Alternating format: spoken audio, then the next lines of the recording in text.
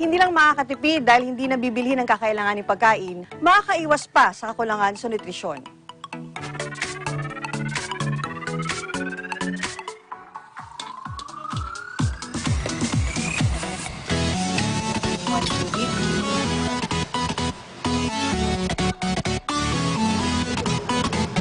Pero kung ang bawat pamilya ay nagtatanim kahit sa maliliit na container o paso, nakasisiya itong tingnan, lalo na kung ito'y iyon na ang aanihin. Kapag may kalamidad, tumataas ang halaga ng pagkain at nagkukulang ang supply nito. Kung ang lahat ay may panahon sa pagtatanim, kahit sa sariling bahay o sa bakuran, pwedeng ibenta ang sobrang ani.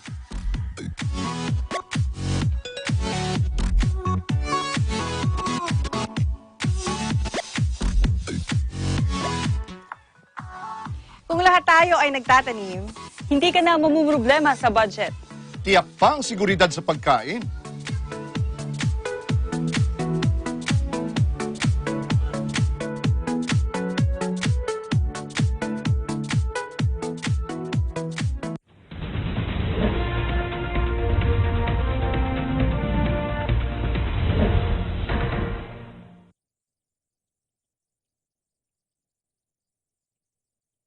This program is brought to you by SMC Infrastructure, building a better world.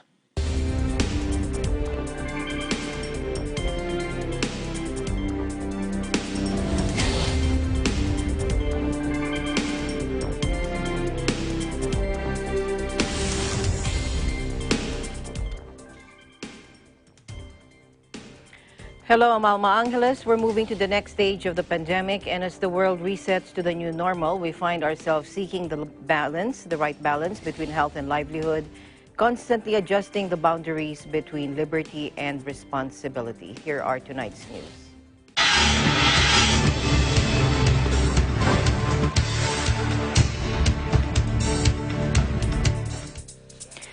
First, President Trump vowed to order a military crackdown on once-in-a-generation violent protests gripping the United States, saying he was sending thousands of troops onto the streets of the Capitol and threatened to deploy soldiers to states unable to regain control. After being criticized for his silence on the worsening crisis, President Trump struck a martial tone in a nationwide address from the White House garden as police fired tear gas on peaceful protesters outside the fence. Take a look.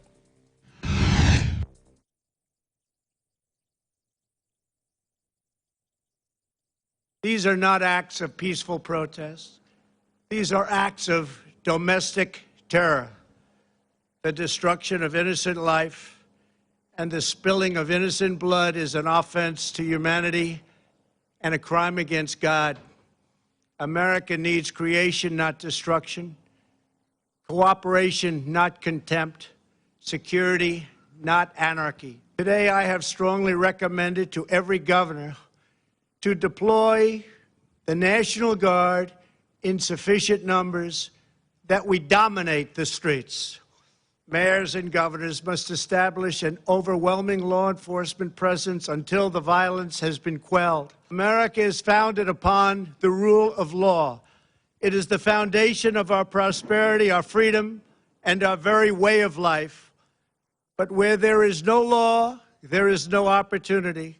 Where there is no justice, there is no liberty. Where there is no safety, there is no future. We must never give in to anger or hatred. If a city or state refuses to take the actions that are necessary to defend the life and property of their residents, then I will deploy the United States military and quickly solve the problem for them. I am also taking swift and decisive action to protect our great capital, Washington, D.C. What happened in this city last night was a total disgrace.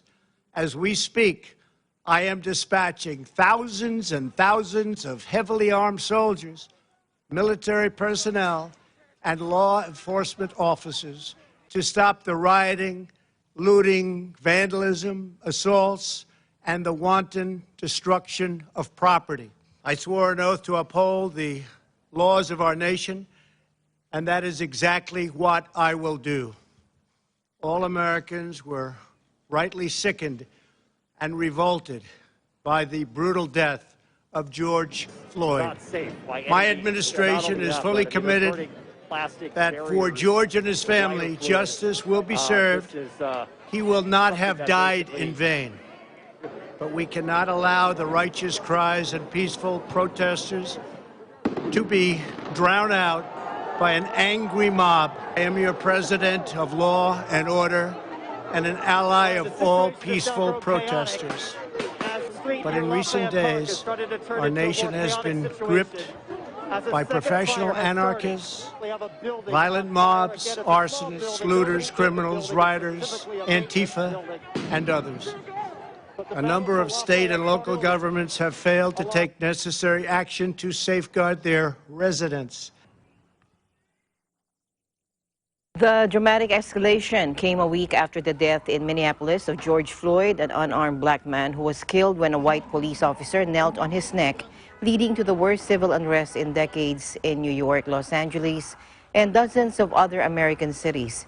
Despite the president's rhetoric, Monday's protests appeared largely peaceful in major cities, though some looting was reported in New York and Los Angeles.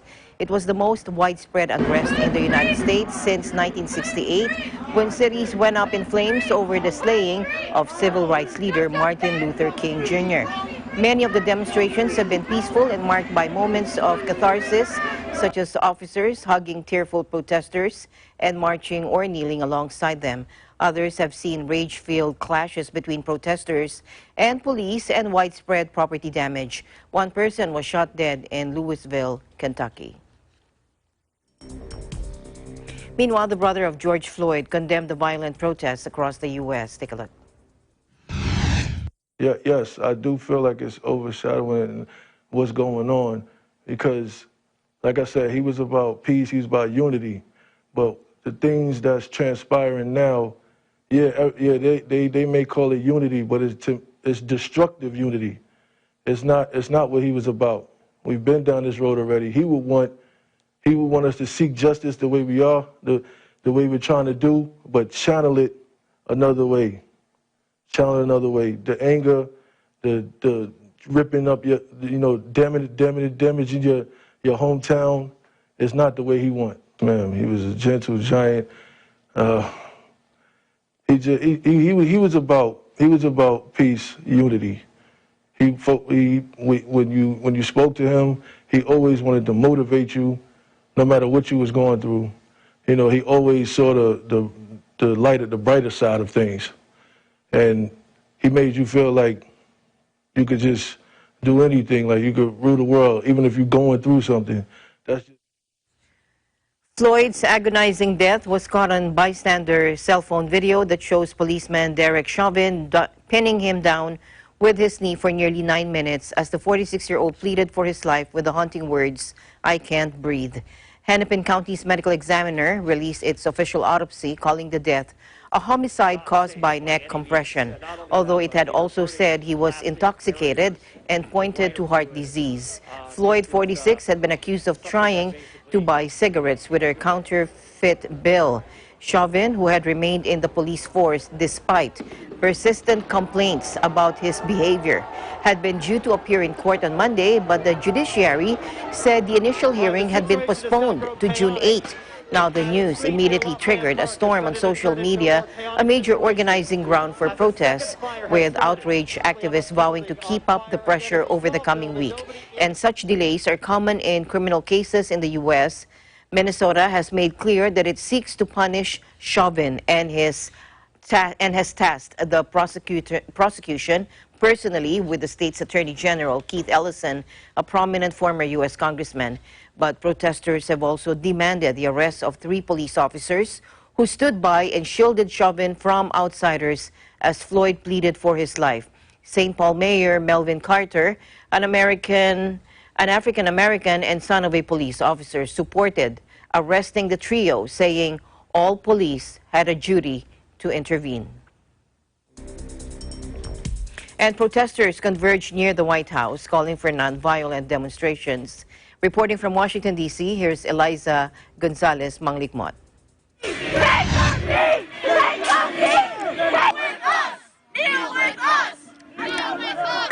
가면 제가 얘기를 할게요. Justice, no peace. No justice, no peace. It's June 1st, Monday afternoon, and we are in front of the White House where a crowd of people have just gathered to protest, to continue protesting against racism and police violence.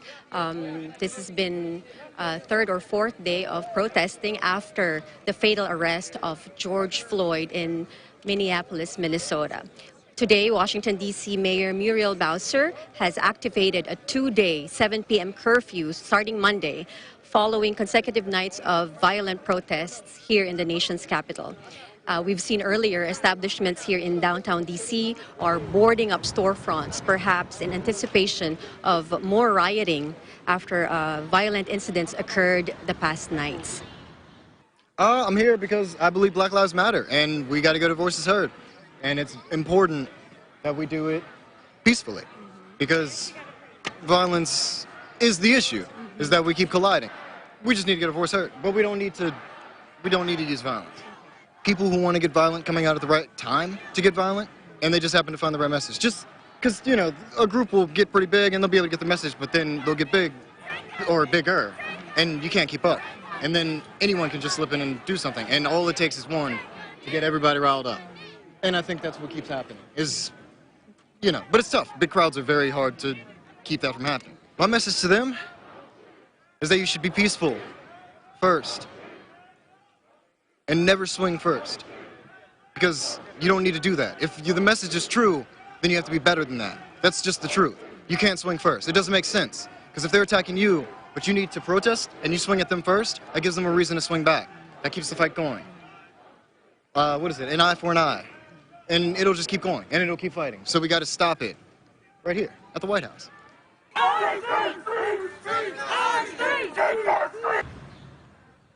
To support my fellow citizens in hopes that we have humanity and justice for everyone equal in this country at some point. Your placard says silence is complicity. Yes. I think people like myself are born to some amount of privilege, no matter how hard we work and stuff.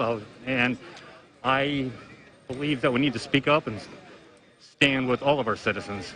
Just being quiet and going about being a good person is not enough. That's the silence. That's sad. I'm sorry so many people have so much rage in their thoughts, and I will do what I can to make this country a place where people don't have to get so upset. These are wonderful people out here. Come stand with your fellow citizens. You won't be disappointed. I got mixed feelings about that. As far as violence-wise, no one should be getting hurt. But sometimes you have to, outside of someone getting hurt, sometimes you have to make a stance so people can really hear your voice. And unfortunately, that's what it has to take sometimes.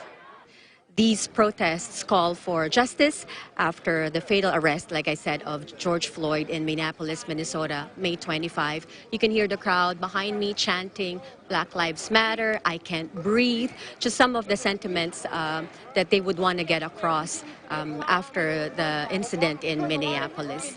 I'm here because between the fear of COVID and the fear of watching my loved ones or myself die by the hands of police, this one outweighed it. I mean, I'm a runner. I've run 9 marathons. I have a lot of friends who are runners. I'm so sick and tired of waking up and just something just not happening. And I drove all the way down here for about an hour and a half away because I just felt I woke up this morning and felt I really needed to be here. I think what people need to remember is that violence most of it is not representative of what many of us are here. And the people who it does represent, I mean, you also have to understand that these are people who have tried so many times to be peaceful, have tried to kneel, have tried to do other things. People have lost their jobs. And so even though I don't agree with it, I understand that pent-up frustration and feeling like so hopeless to the point where, they felt it necessary to be a little bit more violent. Some say people are out here and so on edge because of being locked down for how many weeks? What are your thoughts about that? I think as a Black woman in America, I've been frustrated for the past 31 years. I've been feeling like I've lived in many areas of this country. I've lived in the South. I've lived in the West. I've even lived in Hawaii. And I've seen it all the time everywhere I go. And I'm just so frustrated. I've been frustrated. And COVID had nothing to do with it for me. I put "I can't breathe," George Floyd's last words, and unfortunately, it's the last words of many black men in America by the hands of police.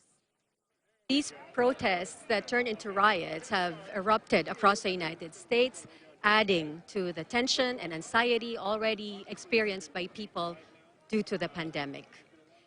In Washington, D.C., Eliza Gonzalez, Manglek Mott, Eagle News. We live in interesting times.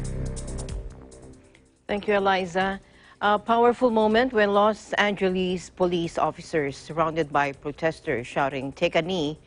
And they did just that. They took a knee in solidarity with the protesters. Take a look. Take a knee! Take a knee! Take a knee! Take a knee! Take a knee! Hey guys, y'all got it? Take a knee! Take a knee, guys. Yeah!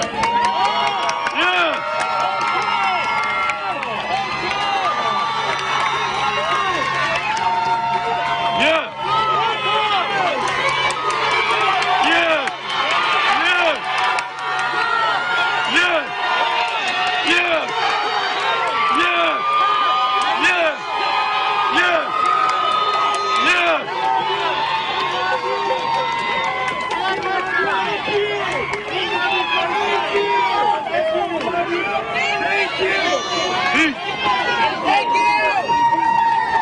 Thank you, brother. Hey, thank you, brother. Hey, really quick. Let's hear this.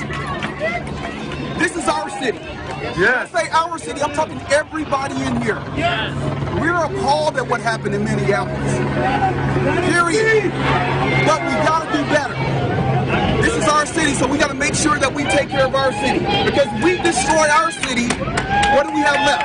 All right, we're here with you guys, so as long as we stay peaceful, we're here with you guys. Thank you for being here. Thank you, sir. Thank you for being here. Thank you. Harrelson. Thank you. Harrelson, I just want to say on live camera for everybody who thinks all cops are bad, we thank you for listening to us. Thank you. We thank you for taking a knee. We thank you. That's all we wanted to know, that you support us and that you care and that cutie over there is single. Thank you, Harrelson. Thank you, Mr. Woodyard. Thank you, Ms. Hart. And more inspirational and powerful moments from the protest. Police officers took a knee in front of protesters as they stood outside the Trump International Hotel in Washington, D.C. Again, let's take a look.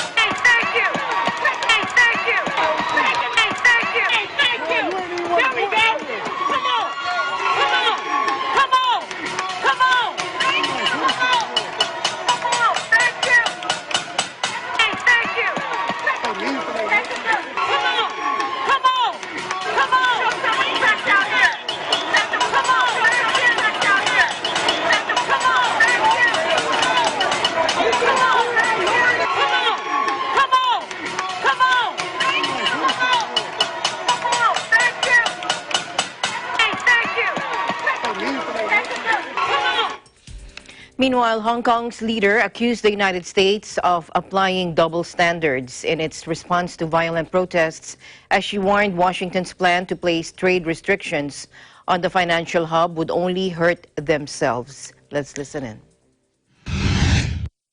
Activities are for all to see. People are living in fear. So that's why some question whether we still have rule of law in Hong Kong, or is it rather rule of fear. Now, many law-abiding citizens have been living in fear in the past months. When they go out, they are worried that people may beat them up. And some businesses there not support the government because their shops may be attacked. And then they are worried they will be doxxed online, and so themselves and their family members may be affected. These are all objective facts and phenomena we could see in Hong Kong. So the Central People's Government is very much concerned about every citizen in Hong Kong. And this is exactly the scenario we face now. Now, foreign governments have been responding in a high-profile manner. Some have threatened certain actions, and I could only say that they are adopting double standards. For their own country's national security, they take that very seriously, but for the security of our country, especially the situation in Hong Kong, they're looking at it with a tinted view. And we have seen most clearly in recent weeks the double standard that's around. That there are riots in the United States. We see how local governments reacted, and then in Hong Kong, when we had similar riots, we also saw what position they adopted then. Now, about sanctions, the so-called sanctions, or removing Hong Kong's special status, these acts would only hurt themselves and not benefit anybody. There are several facts that would explain that clearly. First of all, in terms of goods trade, Hong Kong is the largest economy, is the economy with the largest trade surplus for the U.S. It's been the case for more than a decade. And then Hong Kong unilaterally grants a visa-free access to U.S. passport holders. We, in turn, do not enjoy visa-free access to the United States. There are 1,300 American businesses in Hong Kong. They are, we give them the same preferential treatment to them for access to the mainland market. In other words, we don't distinguish companies by the head office. And then for these American businesses, they account for about 1/5 of the stock market transactions in Hong Kong. So these are the real American interests in Hong Kong. So we hope that for the American government and other governments, as they deal with the bilateral trade relations between, or bilateral relations between Hong Kong and them, I hope there will be mutual respect. Now, around the world, because of the epidemic, the global economy is very much weakened, and we don't want to see anyone taking any measures to further undermine the economy and affect the people and their livelihood. Now, Mrs. Lam didn't elaborate on whether visa-free travel could be rescinded in response to any trade sanctions, but Chinese officials have vowed to implement countermeasures to any move by the U.S. Under a 1992 law, the U.S. treats Hong Kong as a separate trade entity to the more restricted and authoritarian Chinese mainland, as long as the city retains key freedoms and autonomy. Now, last month, the State Department announced the territory was no longer sufficiently autonomous to justify that special status.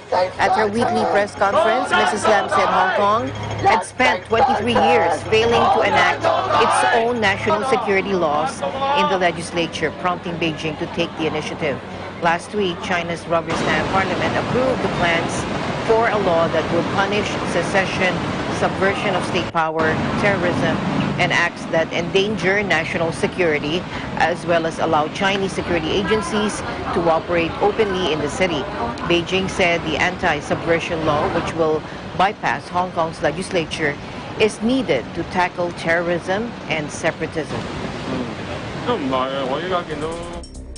Meanwhile, Britain urged China to think again about trying to assert more control over Hong Kong after concern Beijing was trying to stifle dissent in the semi-autonomous city.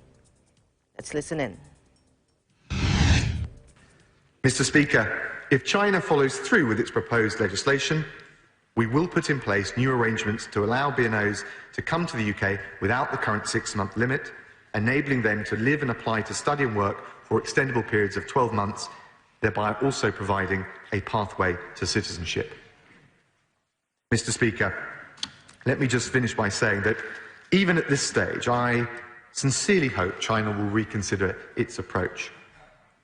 But if not, the UK will not just look the other way when it comes to the people of Hong Kong. Beijing's rubber stamp parliament has approved a new law that would bypass Hong Kong's legislature, arguing it was needed to tackle terrorism and separatism. But opponents fear it will lead to political oppression in the financial hub, eroding freedoms and autonomy supposedly guaranteed in the 1997 handover to China from Britain. Britain has responded by announcing plans to extend visa rights to Hong Kongers, as we heard, eligible for British nationals passports, national passports, and joint international condemnation of Beijing. Mr. Rab urged both governments to work together to end the recent violence and resolve the underlying tensions based on political dialogue.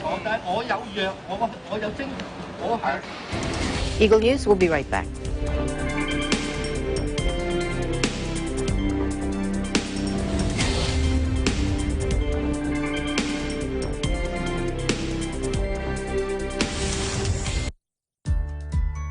The Metro Rail Transit 7, or MRT-7, is a planned rail and road project from North Avenue, Quezon City to San Jose del Monte, Bulacan, with 14 stations, which can service 650,000 passengers daily.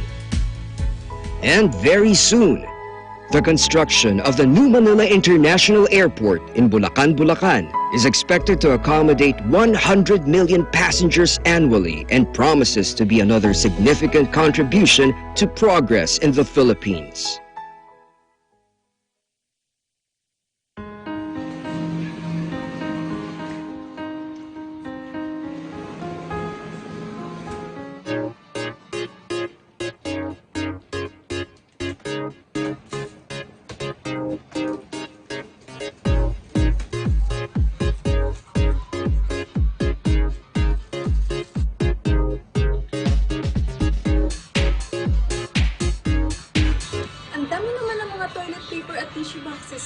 Hindi mo ba alam, mauubos daw ang mga tissue products? Bakit naman? Ang raw materials daw ng mask at tissue products ay iisa lang. Saan naman galing ang balitang yan? Ay basta, narinig ko lang din. Maraming dilim kayang nagpo-post sa Facebook at Twitter, kaya kung ako sa'yo, kumuha ka na din. Sige na't mauna na ako sa'yo Huwag basta-basta magpaniwala sa mga nakikita o nababasa sa social media. Magsaliksik at i-verify ang lahat ng impormasyon Nakukuha sa internet. Tandaan, maging responsable tayo sa paggamit ng social media nang hindi magdulot ng panic sa iba. Kung paanong dapat labanan ng COVID-19 ay gayon din ang ating pagsugpo sa black propaganda at maling impormasyon. Dennis Lu, Lou Omelda, General Partosa, Tyranel Pililu, Hannibal Arevalo, EBC, Japan Bureau. We live in interesting times.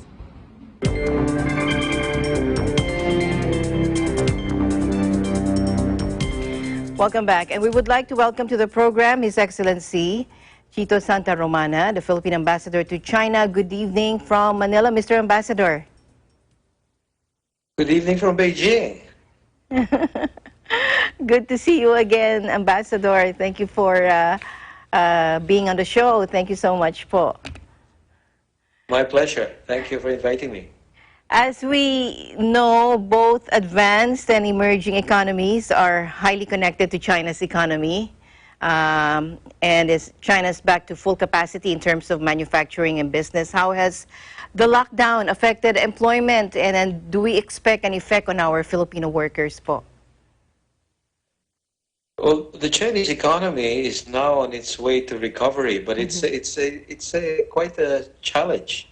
It's not full recovery yet. They're talking optimistically at least of 80% recovery, but the impact of the lockdown has been quite adverse on employment. There are some estimates that go up to around 70 million workers now that are unemployed or that are trying to get back to employment, and almost 500,000 medium and small-sized enterprises in China that have been bankrupted by the lockdown. So it is quite a challenge for the Chinese government.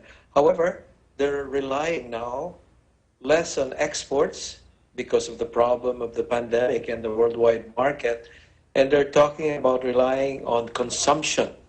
They have a big market, domestic market, so they're hoping that the domestic market can be the path to economic recovery. Now, when it comes to Filipinos, unfortunately, because of the lockdown, because of the fact that for so many months schools were closed, a lot of our teachers were affected in the hundreds. and possibly thousands. From what we know, several hundreds lost their jobs or they're waiting to go back to their employment. Also, a number of Filipinos, at least in the hundreds, who were working in restaurants, hotels, bars, and clubs have been affected. So we have a waiting list in the Philippine Embassy and the consulates all over China of what 300-400 plus Filipinos who now don't have jobs and who would like to go back to the Philippines. But because there are no direct flights yet, we're waiting for the resumption of direct flights to the Philippines and to arrange the repatriations of these Filipinos who lost their jobs, unfortunately. But the other Filipinos, most of the other Filipinos are now back to work. And fortunately, there is no case of a Filipino that's been infected by COVID, or there were 2 that were actually hospitalized, but they came from outside. One came from the Philippines and returned here and was detected when he arrived at the airport. Another one was a seaman, and his ship was about to dock in China, and it was detected that he was infected. But both have recovered now. So now there are no Filipinos that are being reported to be infected. So, how is our Filipino community in China? Can you give us an update, sir? Ambassador? Yeah. Actually, the Filipino community has proven to be quite resilient, and they displayed a very good spirit of bayanihan during the time when there was a lockdown. There was, mutual help, basically, contribution, by members of the Filipino community. Want to help those who were in Wuhan in the beginning and afterwards in the different communities, because there were quite a number of Filipino teachers and Filipino domestics and other workers that were affected. So now I think the situation has improved. Most Filipinos are back to work. The ones who lost their jobs are waiting, looking for jobs if they could. If not, they've expressed their willingness to go back to the Philippines once the direct flights are resumed. Okay. So, Ambassador, can you update us on the normal measures taking place in China right now? Well, there are a couple of things I'd like to tell you about the situation. First, in terms of the anti-COVID-19 battle, the cooperation between China and the Philippines, as of the end of May, there were almost 40 flights from the Philippines. This is like the Philippine Air Force C-130 cargo flights flying to Xiamen, to Fujian, southern China. The flights not only to Xiamen, but also to Guangzhou, to Changsha, to several Chinese cities to pick up medical supplies that are now being used in the Philippines. A lot of PPEs. There were also a lot of testing kits and testing equipment, mostly used by the DOH, but also quite a number that were purchased by the Red Cross, the Philippine Red Cross. Yes. And there were also quite a number of donations by the Chinese government, as well as the Chinese provinces and cities that donated to their counterpart cities in the Philippines, as well as Chinese corporations. So there was like an air bridge between China and the Philippines, and altogether almost 40 flights happened in the past 2 months. The other measures that's worth taking note, in the city of Wuhan, the Chinese government was worried about a second wave when there was another cluster, first with about 5 or 6 infections.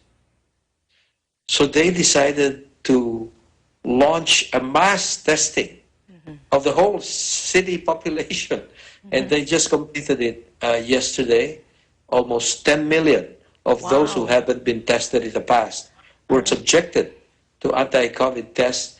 And fortunately, according to the reports, there were no detected infections, new infections. What they detected, however, were 200 cases of asymptomatic cases, people who had to be observed to see if they would become symptomatic or if they would infect others. But fortunately, all that has now been completed, and it's quite a remarkable exercise in terms of mass testing. And they're now trying to do it. I think it's not the whole provincial population, but they're talking about, the province of which Wuhan is part of, Hubei, has around 60 million people. But they're talking of testing a sample of that, which would be several million, just again to see if there's been any new infections in the province. So all this is really meant to check a possible second wave as the country now tries to focus on economic recovery, because it's really a balance, as we know in the Philippines. The Chinese have been trying to have been on the path of economic recovery since May, and they started first with the essential industries, the small factories, just like we're doing in the Philippines. But now they're trying more. They're reopening some schools.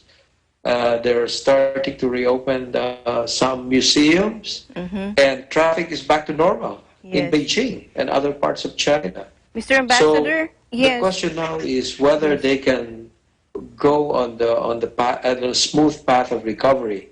As you know, the Chinese authorities, they gave up on the target for the GDP or the gross domestic product for the year because of the uncertainty. Yes. It doesn't mean that they are not embarked on the road of economic recovery, but they're trying their best, and we'll just see what they achieve at the end of the year. But as of now, they're trying to get people back to work.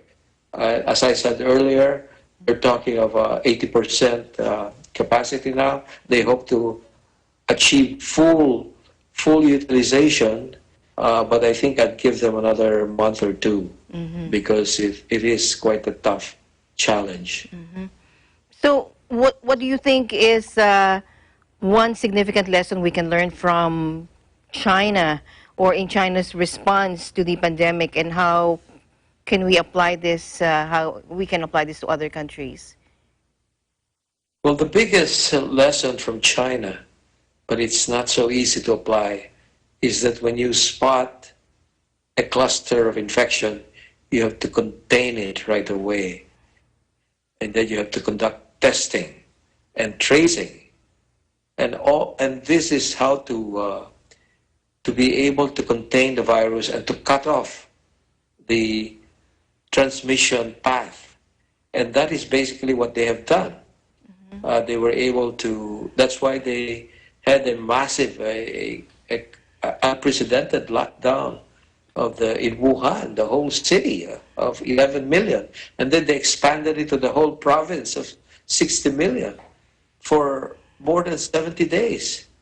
And then they've lifted that lockdown, and they've allowed now resumption of economic activity in Wuhan itself and in Hubei.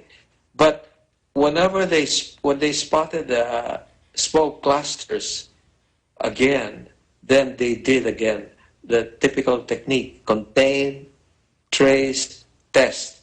And in this case, because they were afraid that it was due to asymptomatic cases, they decided on a very big medical and social experiment, the mass testing. China can do it because they have the resources. Otherwise, I think, in the case of the Philippines, the most we can aim for is really testing of a sample of the population. But to know what that sample is, you have to focus really on tracing, because it has to be focused, it has to be targeted.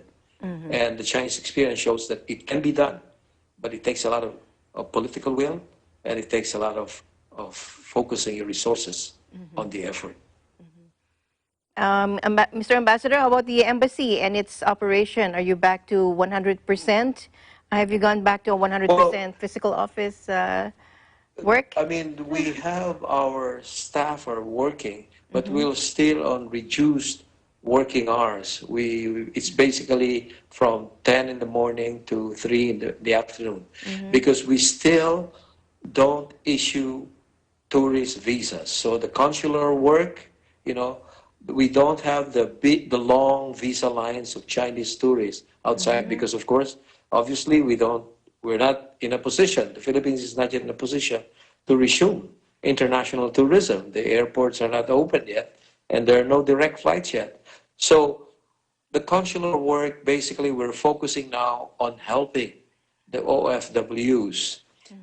There are, as I mentioned earlier, the OFWs who lost their jobs, and we're trying to help them now and prepare them for possible repatriation to the Philippines. There are also other OFWs who, because of the lockdown, were not receiving their full wages, or were not receiving wages at all, but just living allowance.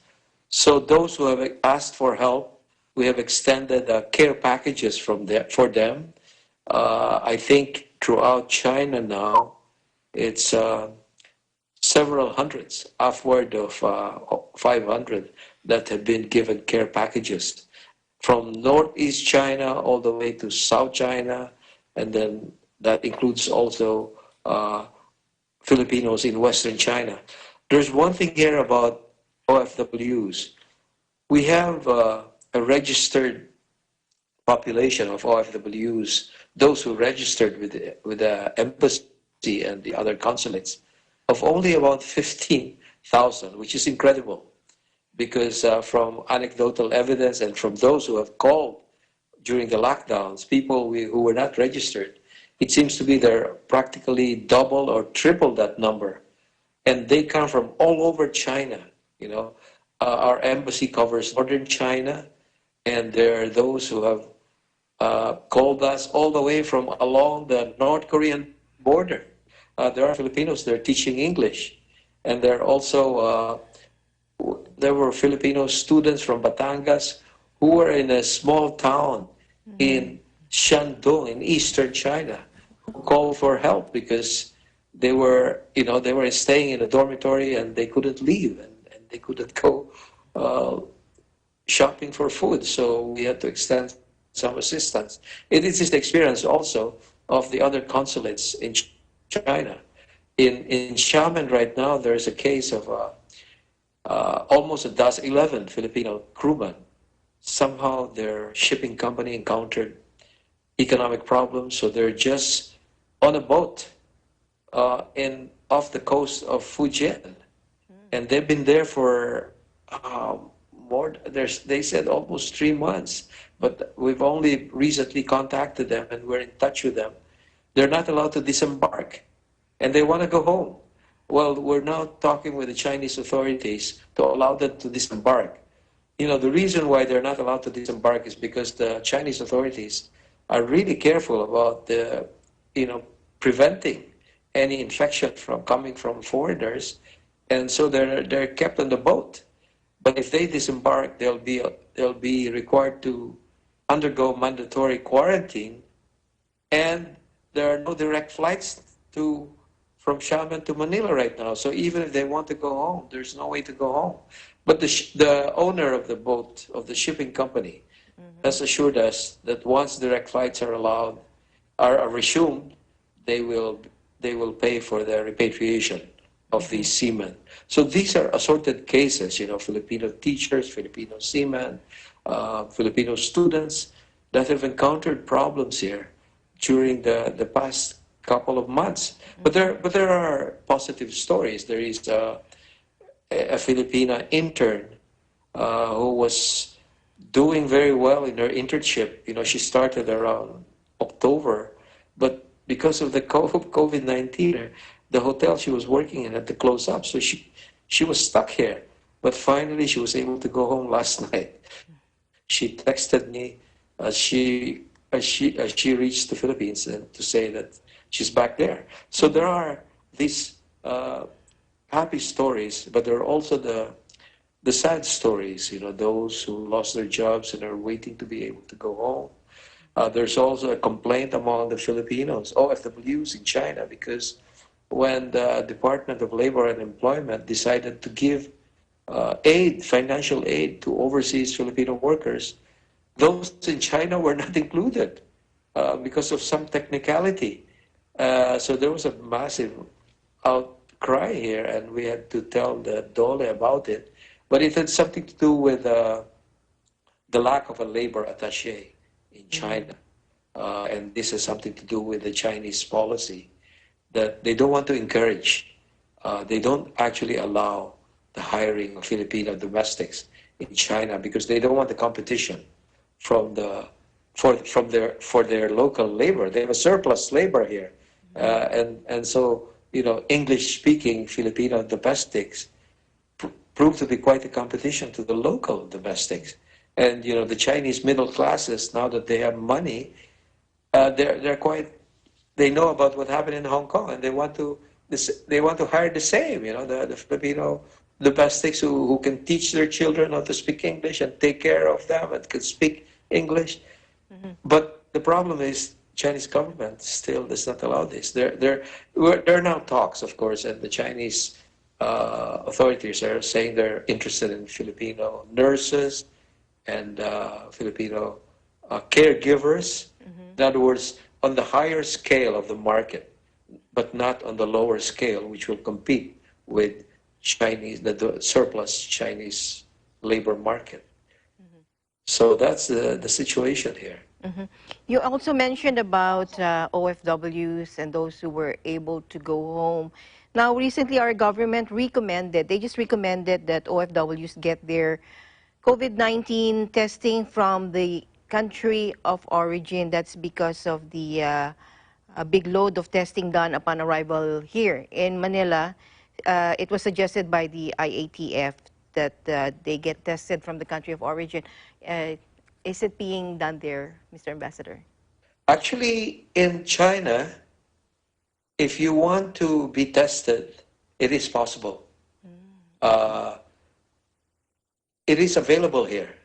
So, as a matter of fact, to give you an example, recently the Chinese held their biggest political congress, the annual People's Congress, and they invited diplomats to attend. But anybody who wanted to attend, they would subject you to a test. This nuclear acid test, this is the Chinese testing. It entailed a throat swab. And so we sent representatives to attend the Congress, and they were subjected to this test. So this is what's available in China. So those who want to go home, or to give you the example of the crewmen who will want to disembark from the ships, they will be also subjected to such a test. And other OFWs who will need it so that they can go home, they can go to, it is available. One can register and one can apply for it, and one can have it so that he will have some sort of a certification when he arrives there that he's already tested negative in China. Because if you test positive, there's no way you can board the plane. You will be treated right away in a hospital. All right. Thank you very much for giving us a bright and thorough picture of China and the situation there and the Filipinos over there. Thank you so much. And we'd love to have you again. We wish you continued health and safety. Thank you very much, Mr. Ambassador. Thank you for having me. It's a pleasure. All right, to the UK now. The virus quarantine plans were discussed as the MPs returned to the Parliament. Joining us live from the UK is our EBC correspondent, Ashley Espiritu. Hello, Ashley. Hi, Alma. How are you? I'm good. How are you doing? I'm great, thank you. So your updates for us from the United Kingdom? Yes, so updates. British MPs returned to Parliament on Tuesday as the virtual system introduced during the coronavirus lockdown ends, with controversial quarantine plans up for discussion. MPs have attended the House of Commons either physically or by video call since late April, but the government announced last month that business would now be conducted in person. One of the first topics for debate will be government plans to force those entering Britain from abroad to quarantine for 14 days. But reports suggested ministers were looking to soften the approach following criticism from business leaders, particularly in the aviation sector. Most people arriving by plane, ferry or train, including British nationals, must self-isolate from June 8 under plans that will be reviewed every 3 weeks. The BBC said, however, that ministers were looking for more exemptions for those travelling from countries with low infection rates and for certain types of workers. Lorry drivers, police officers, seasonal farm workers and healthcare professionals are already exempt, as are those travelling from Ireland. Police in England will be allowed to carry out random spot checks and issue £1,000 fines for those found breaking the rules. A group of firms, including famous hotel The Ritz and travel agent Kuoni, were among those demanding so-called air bridges to low-risk countries. Airlines, including EasyJet and Virgin Atlantic, said they had serious reservations about a blanket approach. On parliamentary procedure, many MPs are unhappy about the termination of the virtual system, arguing that MPs classed as vulnerable due to age or health out. Others predicted farcical scenes and even kilometre-long queues to vote under social distancing rules. Minister Jacob Rees-Mogg is responsible for the new plan, said that democracy would once again flourish, having been curtailed under the hybrid halfway house. But the Electoral Reform Society said the plans presented a real threat for democratic representation and political inequality if vulnerable MPs were unable to vote.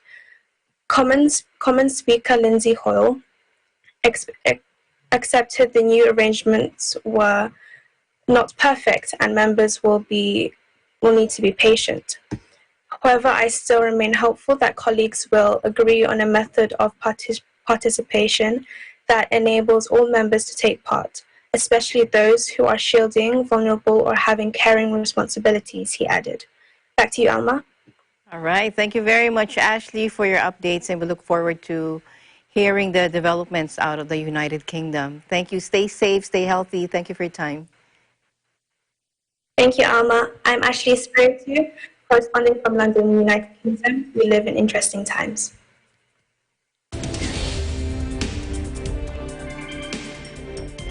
Okay, do we have more time for Singapore?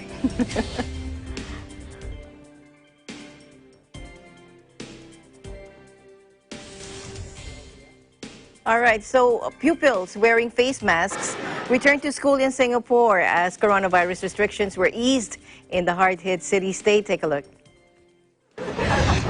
And also before that, the teachers has also placed designated seatings on all the chairs and tables. So this is to let children know where exactly they are supposed to be and will minimize children's movement in the classrooms and within the center. For them, it's really hard to get used to. They are okay with designated seatings, but for them to actually try to stay away from each other, we need to let them know in fun and engaging ways, like through games, through also explanation. The older children, through explanations, they will be able to understand when they know what is happening around the world and how these little actions that we do actually make a huge difference. They will be a lot more cooperative. Yeah, and he's super excited. Yeah, so he woke up early in the morning telling me, "Mama, it's time for me to brush my teeth and go to school."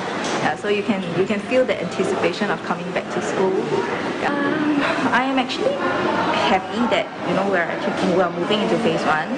Things are more stable now. Just this morning, looking out of my window, there's more cars on the road, there's more human traffic. It's a happy scene, because for the past 2 months it's been very quiet, it's been very tough. Every day it's just negative news. Now we know that everything is a little more stable. Let's hope that everybody does their part so that we will not face a second wave. Your mask, please.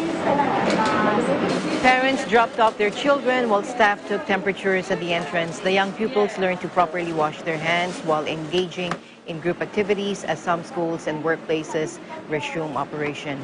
In the first phase of loosening the lockdown, manufacturing firms, air conditioning, maintenance, businesses, and pet shops are among those allowed to reopen. A third of the workforce is expected to resume activity has resumed activity under Tuesday's easing, but the rest, including most office staff, must continue from home if they can. And those not covered are still only allowed out for essential reasons. While there were more people out and about Tuesday morning, the subway and streets remained relatively quiet. And after facing criticism over the migrant worker outbreak, the government announced Monday it would build new dormitories with improved standards, such as reducing the number of people per group.